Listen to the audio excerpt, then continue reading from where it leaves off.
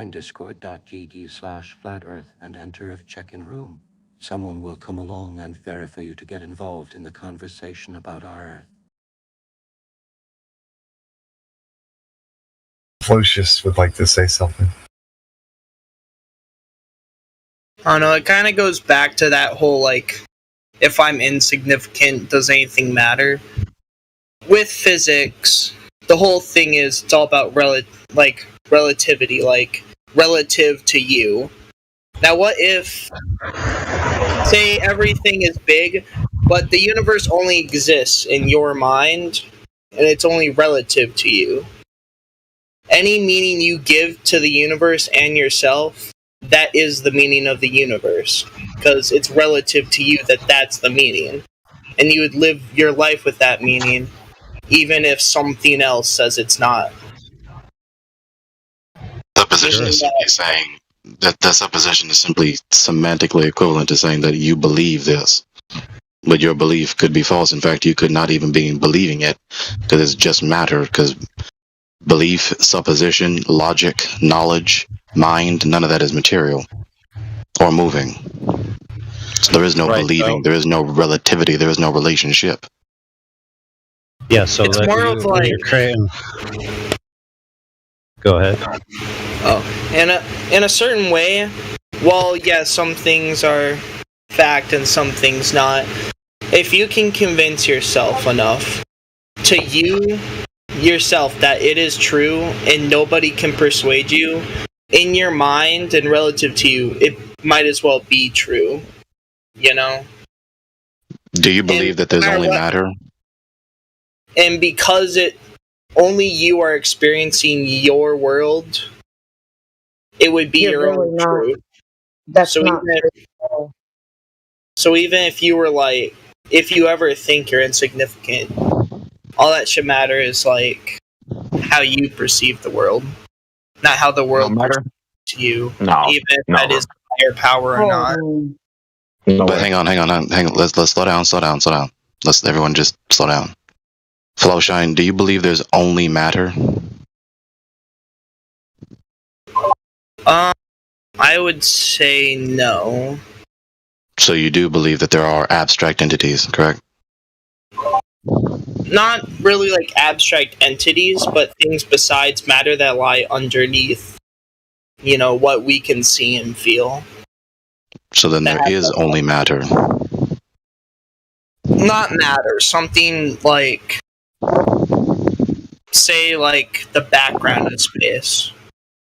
Or okay, do you understand that every entity is either concrete or abstract? Do you understand that?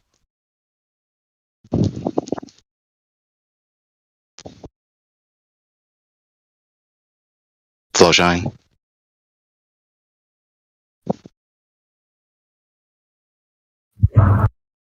Sorry, my mic has problems with, sometimes it'll just randomly disconnect. I said, yeah. What were you gonna say? So, do you believe that there are only concrete entities? Not exactly. So then you do believe that there are concrete entities and abstract entities? Yeah? Yeah. Okay. So, do you believe the so-called Big Bang Theory nowadays? I have many questions about it, and I think jumping to a theory because, it's all the information we can get is not very smart, at least in a scientific manner, because it's a possibility and shouldn't be shown as this is what happened. I'm going to say this quickly. I want you to keep up because I don't want to, monologue too long. The so-called Big Bang Theory nowadays isn't really even a Big Bang because it's not an explosion nowadays. They made an update where it's the primeval atom which expanded. And this primeval atom, so-called, is a point, which is a geometric concept, which is abstract, which they don't quite acknowledge or understand. And all matter and energy and space and time, even sometimes they exclude time out of this point, is inside the point. And then supposedly it was not an explosion but an expansion. So if the cause was not inside the point, then the cause was outside the point to cause the expansion. But all space is inside the point, so there is no space outside the point, so there is nothing outside the point to pull the point to expand. The cause can only be inside the point, and is therefore an explosion, an outward pushing of material in all directions. Now, with that being said, where's the abstract entities and all that? So, my perspective on it is, say there was evidence of that, right? Obviously there is. Bad wording, but at any moment in time, the universe could have been created like any moment in the past, and anything that made that would just have to make something to fill in the blanks before that. And everyone past that point would believe that because that's what the evidence leads to. The reason I believe in abstract entities is that, like, it seems like there's intelligent design in the universe. If you've ever seen the universe from, like, say, the James Webb Telescope, seeing the webs that stretch across the universe, the observable universe, and then even looking smaller, not just outside, looking down into, like, atoms, you can see that, like, you can see there's, like, intelligent design there as well, with up quarks and down quarks communicating through muons. It just seems like there's intelligent design. I think I spoke too fast earlier.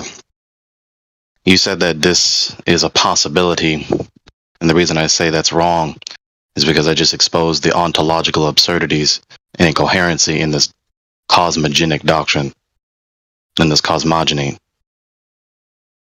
Do you remember? Repeat that.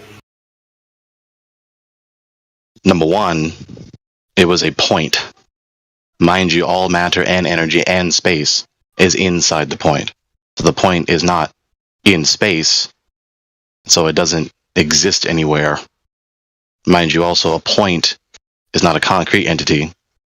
It's a geometric concept, but is also abstract.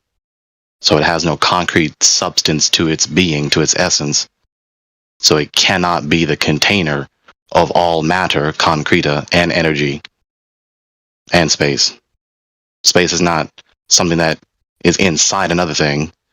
It's what other things are in.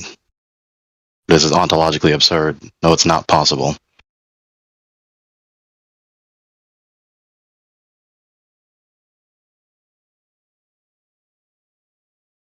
We've been taught garbage with a straight face by people who went through multiple years of high educational curricula.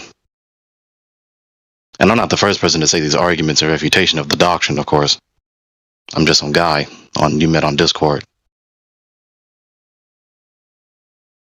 So what really should be the response after this is you get your big red marker and you cross out this doctrine, and then you throw it into the trash heap of falsehood. Do you agree? Somewhat. I mean, like, I don't know, it's always just been thought in my head that, like, Okay. there has to be a higher power just because of all that. And just, like, the positive. Because thinking from the way I like to explain it is, like, in terms of, like, a game. Not, like, reality, but just a way to, like, semi-explain it. Like, imagine there's a game where everyone in that game thinks they're actually alive, and that's all there is, right? And when you start up that game, you don't start from the beginning of time. Things have already happened. But in that game, you can learn history that points to what could have created that universe in that game. So the people in that universe would believe that, not knowing their entire universe had just been created right there. That's a working analogy.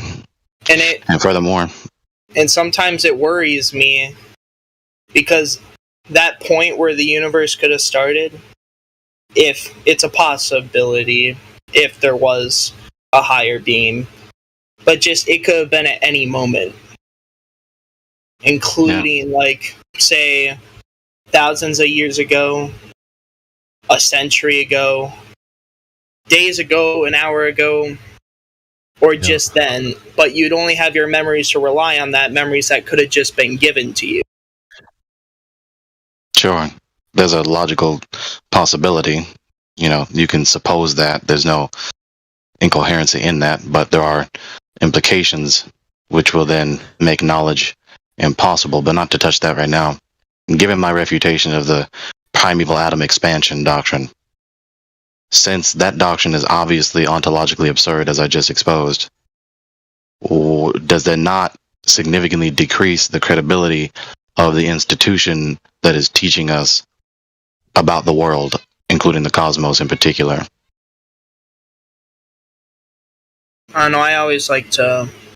I've never really just instantly believed things. I've always looked into things, including the sides that, are often seen as wrong. See what they have to say, see the evidence, and make my own conclusions. Okay. Is that why you're here, buddy? What'd you say? I was just asking if that's why you're here. Yeah. Okay. Fair enough. Particularly as it concerns the title of the server. Do you believe that we live on a sphere or an oblate pear-shaped spheroid flying around in a cosmic vacuum? Come on, you know he does. I believe in globe Earth. I came here to look at how people describe flat Earth. Just see the evidence towards it, see how people defend it, back it up, see where people are coming from, all that. Do you believe the Earth is a sphere, point blank, full stop, or no? I believe it's a sphere, just from a personal experiment I've done with some interesting I learned. So you don't believe... I was just going to ask, so you don't believe that the Earth is a imperfect, wobbly,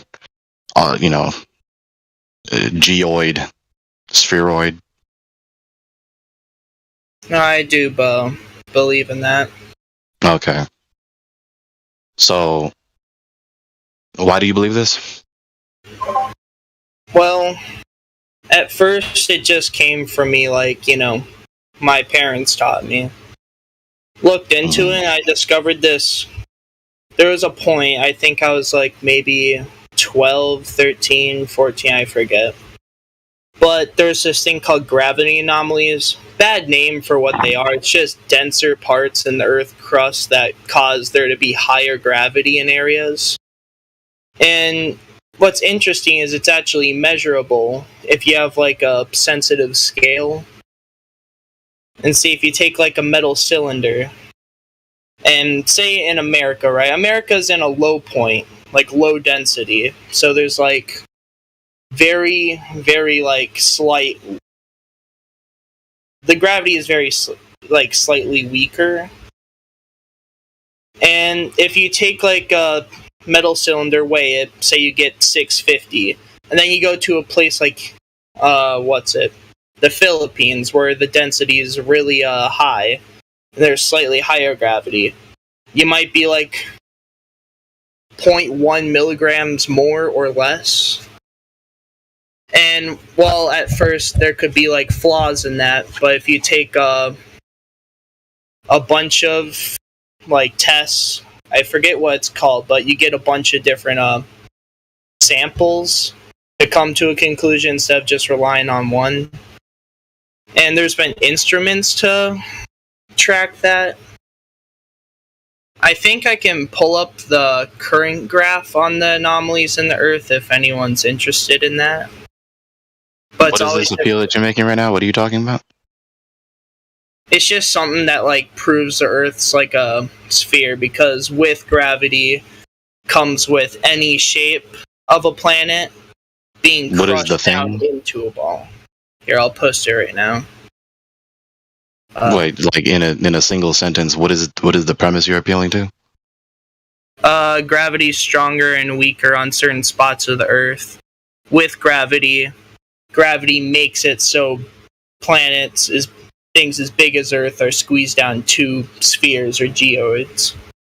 When you say gravity, are you referring to Newtonian / Cavendish theory or Einsteinian theory? More leaning towards Einsteinian theory. Okay. My refutation to Einsteinian theory is... In this context, it doesn't really matter what theory, because it's not really talking about like how gravity works. It's saying that in some way it works. This is how it's affecting things. Well, it does matter because we have to identify what is the so-called gravity. I mean, like in terms of the experiment. Well, so you're talking about gravity. You're appealing to gravity in your argument. So you said that it's Einsteinian theory. And so my refutation to Einsteinian theory is that it's a fallacious reification of space and time. In addition with the fact that special relativity is not talking about how things actually are.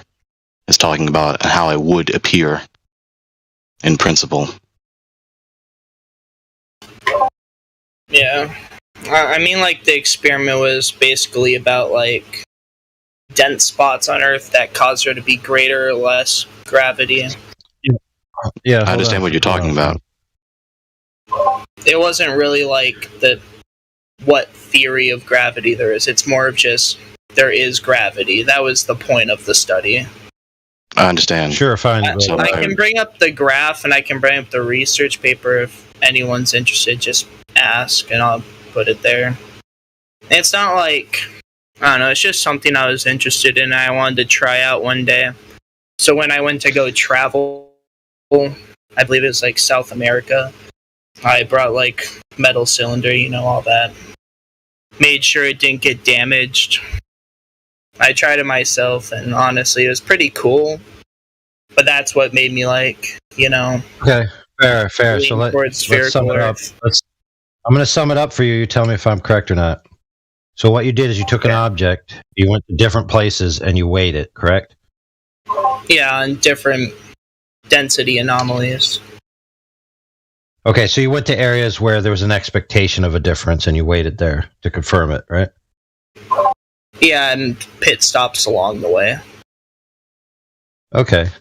So what we would have on the table is, let's just say, for lack of a better term, if indeed they did weigh differently, you would just have validated that object A, when taken to different parts of the Earth, weighs differently.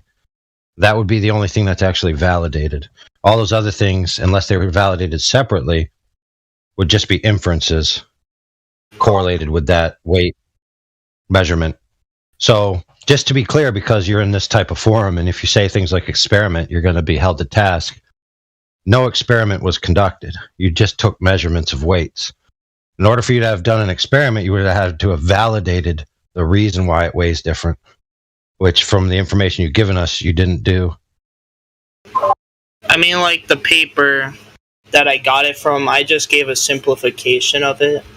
When I did it, I was pretty young, and I'm saying from personal experience, that's why I believe in a global Earth. I'm not trying to convince anyone, but I was asked why I believe, and when I was really young, like 12, 13, 14, that's when I, did that. I didn't really do much else, but I did read into the paper, and the paper does talk about, like, other things, measuring density of the Earth's crust, measuring how high up in altitude they are, because gravity is directly proportional to distance as well, along with mass.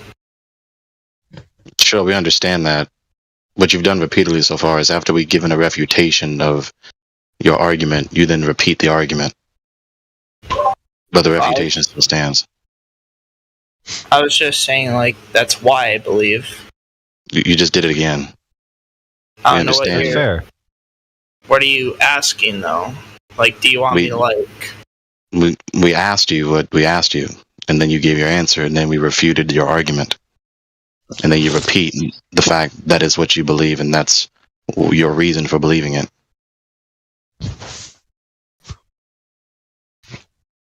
I mean, I gave all the That's fine. details from my personal experience. Yeah, that's fine. So we're stuck there. So let's make progress. So now we have, okay, I took some weights, or I took some objects and weighed them in different locations, right? And you would make the conclusion that this is congruent with if the Earth was a sphere. However, let's just say gravity's mass attracts mass. Let's just say that, for lack of a better term. It's entirely possible that there's disparate masses, right, below the surface of the Earth, and it could be oriented flat. And so when you take the weight to different locations, you would have different weights. So there's nothing in particular about this that says the Earth necessarily needs to be a globe. Now, it may be convincing to you, but logically it's not necessary that the Earth is a globe for this to occur. Now, if you think that that's wrong... In principle, your appeal, even if it is true, doesn't strongly indicate nor necessitate the conclusion that the surface you're standing on is convexly or concavely curving. It can be a flat topographical plane, whilst that is also a fact in principle.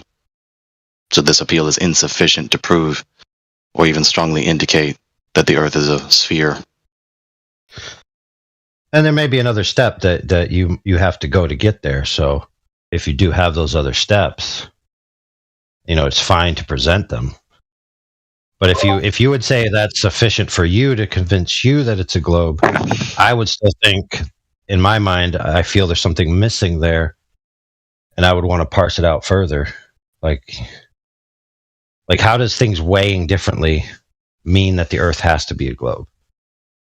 Or in your view, does that mean it has to be a globe, or does that just mean it could be a globe? At that moment in time, it could be a globe. There's been other things that convinced me, but I don't know, that is the one I remembered because, traveling and all that.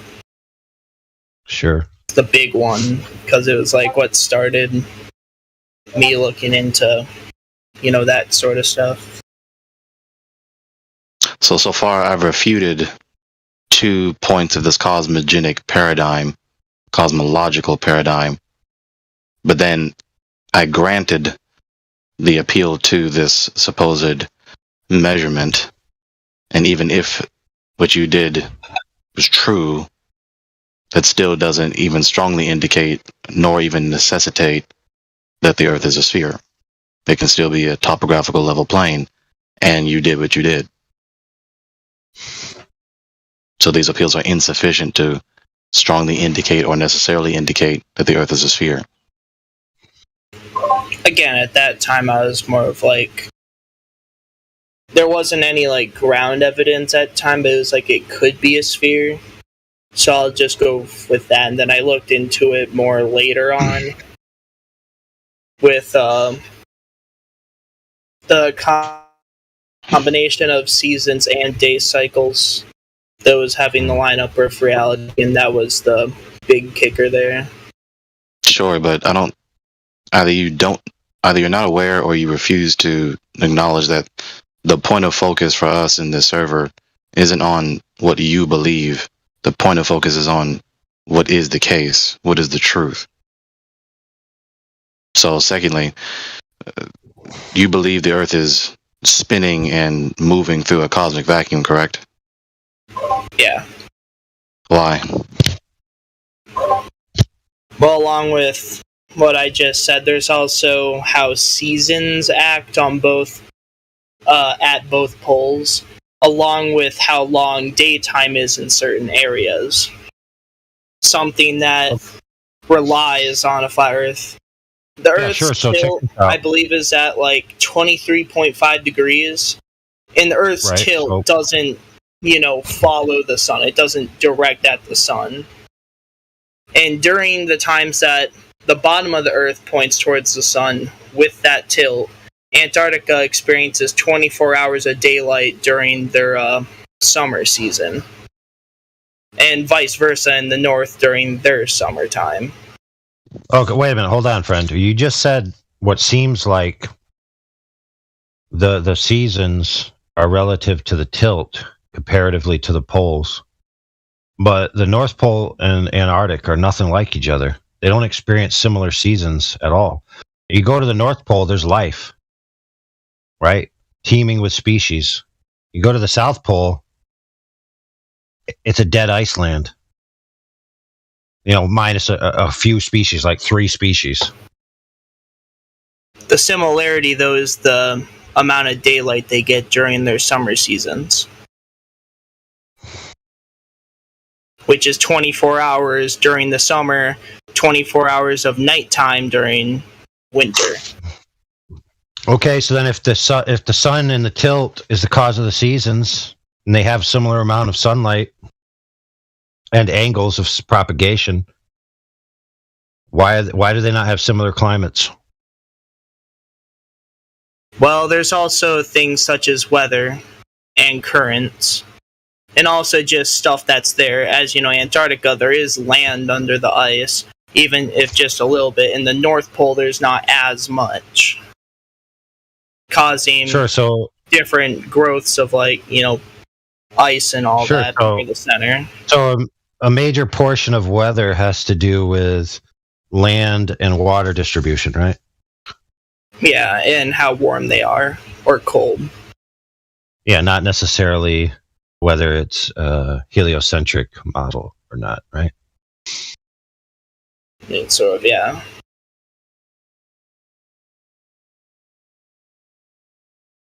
Right. So in your line of reasoning, you made a lot of positive assertions about the 3-dimensional structure and orientation and free space of the Earth relative to the sun. However, I didn't hear any validation of any of those points. They just were given as an explanation for why we have the seasons in the way in which we do. So I would agree with you that it's an interpretive explanation. Graphic, but for some reason I'm not able to, Well, we don't need a graphic. We all understand. We all understand that we see the sun above the Earth, right, for different times and different locations throughout the year. And so the sun is in different places throughout the year. We know that. So I would just argue that, very simply, it could be said that the cause of the seasons is simply the relative location of the sun and the Earth, which would work on any permutation. And don't need a globe for that. When I first started talking about it, I meant when I said the seasons, aka the North and South Pole, and how much daylight they get, and how long daytime and nighttime are. Like on a flat Earth model, most I've seen, no matter where you place the North Pole and Antarctica, if the sun is the only point of light, it would be impossible to have an entire 24-hour time of day, right? In one pole and the other, and have the normal day-night cycle around the equator without warping that light in some way beyond just atmospheric effect. Isn't that assuming that you know what the sun is, how it works, and what's the medium that it's in? You're making a lot of assumptions to make a declaration of what it should be doing or what it shouldn't be doing. What'd you say? Math is concerned with light. So what you just said does not logically follow concerning geometry in particular. If the light from whatever the given light source is above the surface of the flat Earth is stretching far enough, then it will always touch the center of the circle, as it were. Should it be close enough, and should the light rays stretch far enough? So no, it's not impossible for the light rays from the incoherent local light source to be on the surface of a particular circumference of an area for 24 hours, or whatever given amount of time that it stays in that position in order for that to happen. Yeah, so ancillary to that, the sun circle is not necessarily visible for 24 hours in Antarctica. There are people that have attempted to demonstrate daylight, but they don't have the actual sun being visible. So all they're aware of is that light is getting to them. They can't validate the source of that light or the path it took from the source. these So times. there are necessary assumptions that are made before you can reach a conclusion that aren't validated in and of themselves. And if that's the case, then you can't say that it's definitely the case. You could say it could be the case, but it's not like a therefore conclusion. Like, okay, so I noticed that a lot of flat Earth models, right, have Antarctica around the edge, correct? Mm-hmm. And with, Antarctic solstice, which is what it's called in the summer when it's daylight 24/7, you would need the entire circumference to be lit, with parts in the center that are not lit, but with half of part of that center being also lit. Meanwhile, being all in a single time. Yeah, we got it. No problem. And so check out what I just posted. Is also the daylight times in certain areas along with that. Yeah. Like in the image you posted, if you were to orbit the sun, one problem is that Australia and a lot of these models, you'll see the sun being demonstrated, right? But as you orbit that light around, you may notice that Australia has a daytime shorter than its nighttime, but in reality, it's 12 hours like any other, right? What? So wait a minute, You're just contradicting yourself in the last two sentences. Dude, are you trying to say that there's a demonstration of a 12-12 split between day and nighttime? At least in certain areas like Australia. Really? So it's 12 hours. Near the 12 hours of... It's 12 hours of daylight and 12 hours of dark? At least during the... what's it called? Antarctic solstice. Which is where the times let's just put that add up.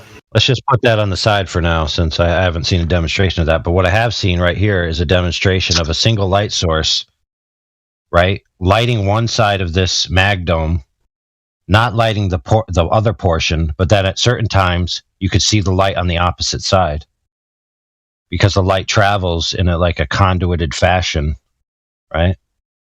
Yeah. So it's not as simple as just saying, the sun is above the earth, therefore it would light up everything equally.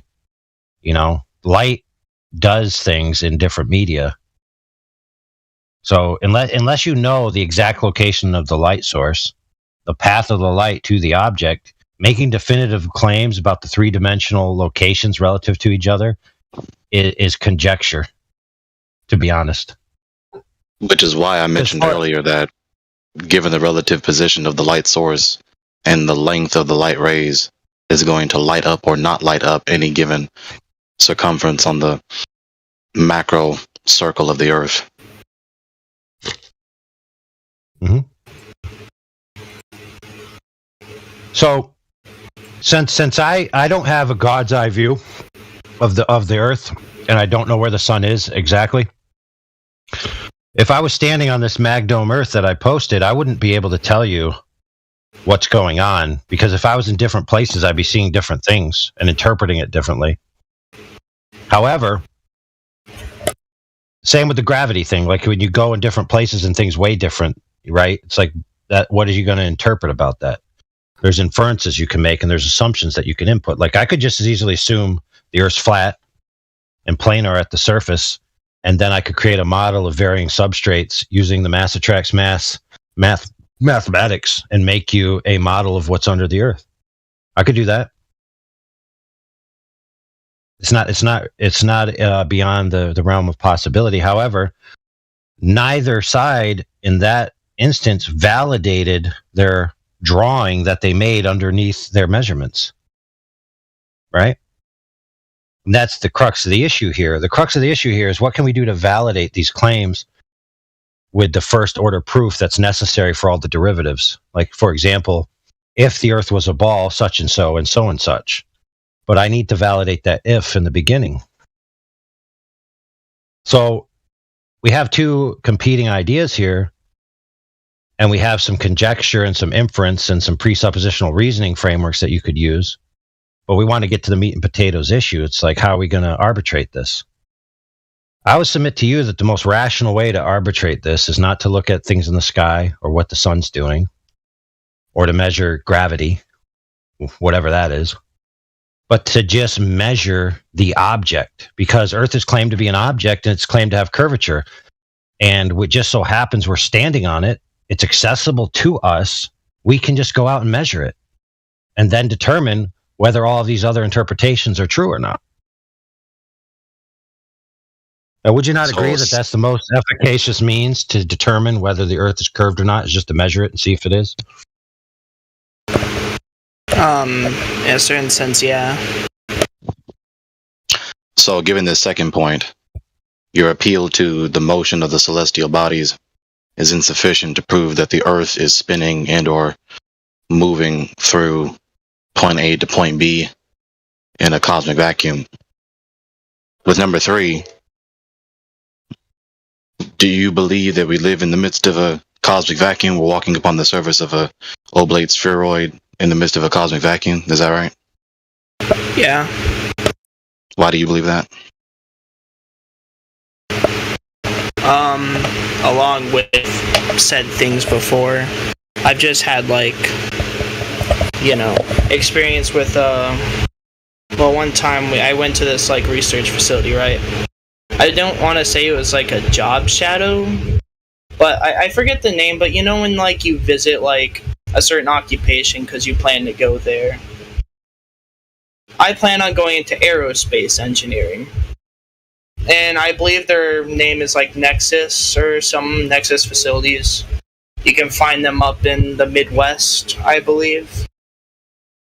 And I've gotten to experience, witnessing through satellites. And while that's not a proof, right, it could be fake. It's just with everything I've seen along with that, that's just, leads me to believe there is a spherical Earth. Because they also had instruments to measure things. I remember having to... There was this little task they had me do, trying to measure the angles in order to, get into orbit, right? Because that's something you have to do in aerospace engineering if you want to get something into orbit. And seeing that type of math being done, and seeing it being put onto paper, So they seem with strong credibility. And just seeing, that math work out, and seeing all the measurements work out in a way that, allows it to be accurate when going into orbit. Sure. Now, 2 points, given this last thing you said. Number 1, do you agree that mathematics, as I articulated, is an alphanumeric language concerning quantitative facts? Well, I do. Well, yeah. Okay. So in other words, math is a language, just as English is a language. And so appeals to math, when spoken or written, is just a particular delineated kind of supposition. And so appealing to a mathematical supposition, an equation, is simply reiterating the conclusion in question. Yep. It doesn't actually support the conclusion unless the conclusion is that this is the mathematical coherency of the equation. Well, in any string, in any logic string, for the conclusion to carry, the premises have to be true in the first instance, right? So, for example, 5 million plus 7 million, right, equals 12 million. Therefore, I am a millionaire. Now, my mathematics in that logic string are absolutely correct. The premises are true that 5 million and 7 equal 12 million. Okay? However, the therefore was completely non sequitur. Now, let's change it to something more tacit, like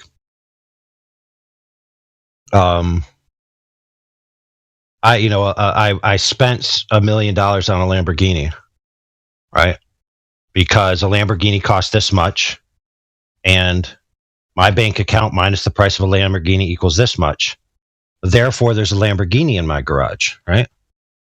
However, one could falsify that simply by looking inside my garage and discovering that I do indeed not own a Lamborghini.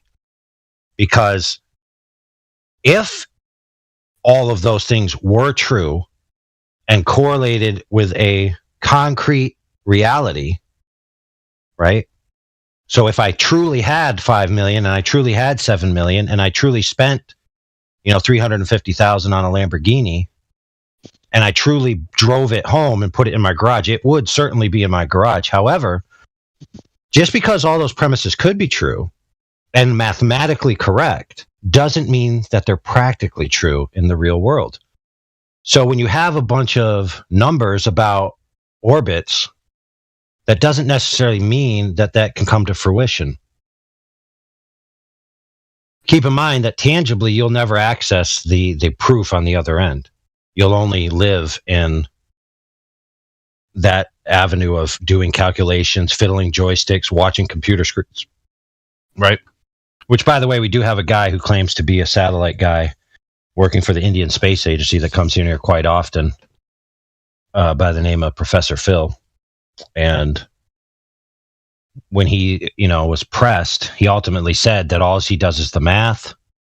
He looks at the satellite, quote unquote, on the ground, right? Does some calculations, give the calculations to his client. And then all as he does after that is he looks at a computer screen with lights going blinkety blink blink. He can't validate anything beyond his math and seeing an object in a warehouse. That's all he can do. However, in other words, once again, I just wanted to say, in other words, he has not traveled away from the Earth in the supposed cosmic vacuum to see the entire supposed sphere Earth. Go ahead, Aya. Yeah, so all while he was doing this, the entire time he was walking back and forth across the Earth, the object in question, right? He could have just measured it and figured it out, which brings us back to the crux of the issue. All of these extra things that can't be validated in the first, as first order proof. We're standing on the Earth, right?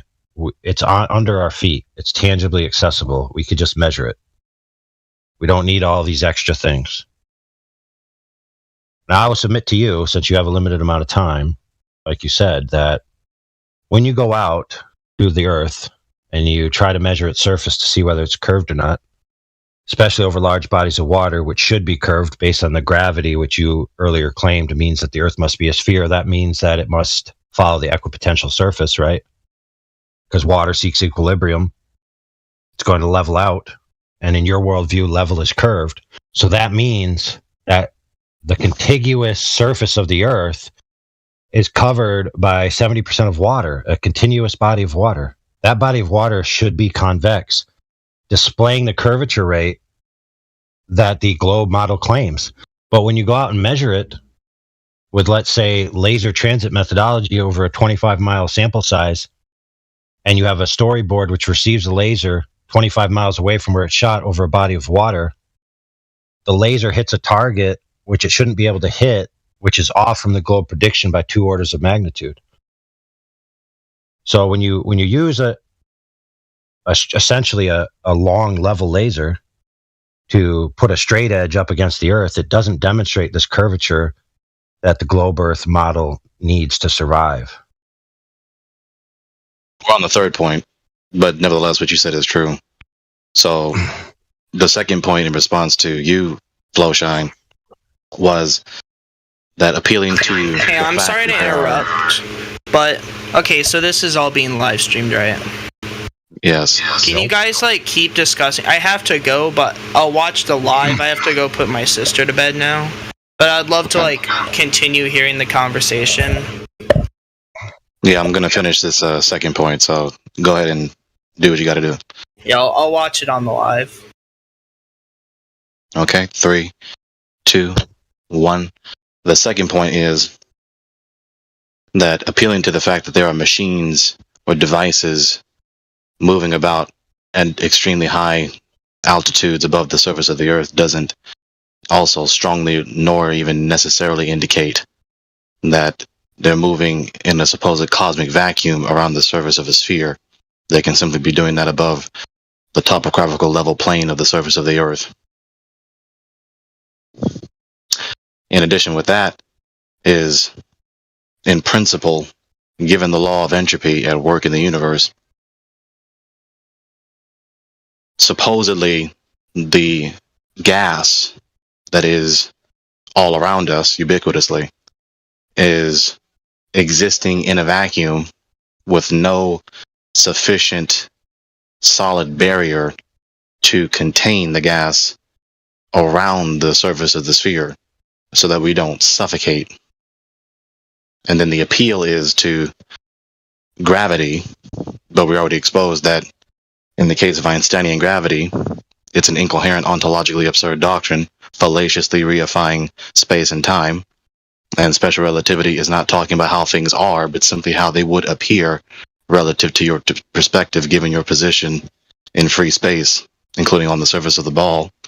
And then concerning Newtonian gravity, not only is there no empirical verification of this, we don't actually empirically experience mass attracting mass. In principle, if that were true, it either would condense all matter back to a single point, and we would not have the universe that we have before you, or every single particular piece of matter would dissipate and be completely disconnected, exploding, or rather expanding, quote unquote, too far away. And again, we would not have the universe that we have before us.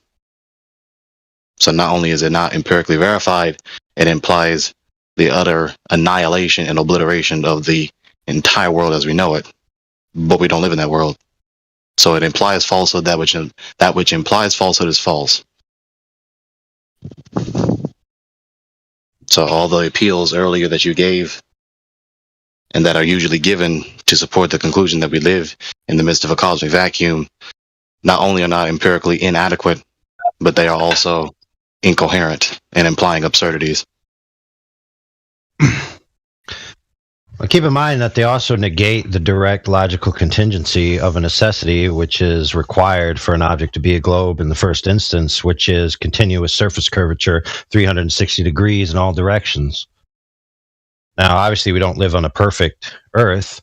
There'll be discrepancies, but we mitigate that by measuring water, because water is going to be malleable to the equipotential of the gravity in a way that a rigid landmass couldn't be. And the Earth is covered in 70% water of the known territory in which we inhabit. When you measure that contiguous body of water, it demonstrates itself to falsify the globe by 2 orders of magnitude, and a variance of essentially being flatter than a cue ball or smoother, right? And so if it's not demonstrating that curvature that's necessary, then it can't possibly be a globe. So in other words, 70% of the Earth is flat, therefore it can't be a globe. I mean, all other derivatives from the idea of an Earth being a globe in the first instance are immediately in totality debunked. Oh, man. Tags! What is your profession?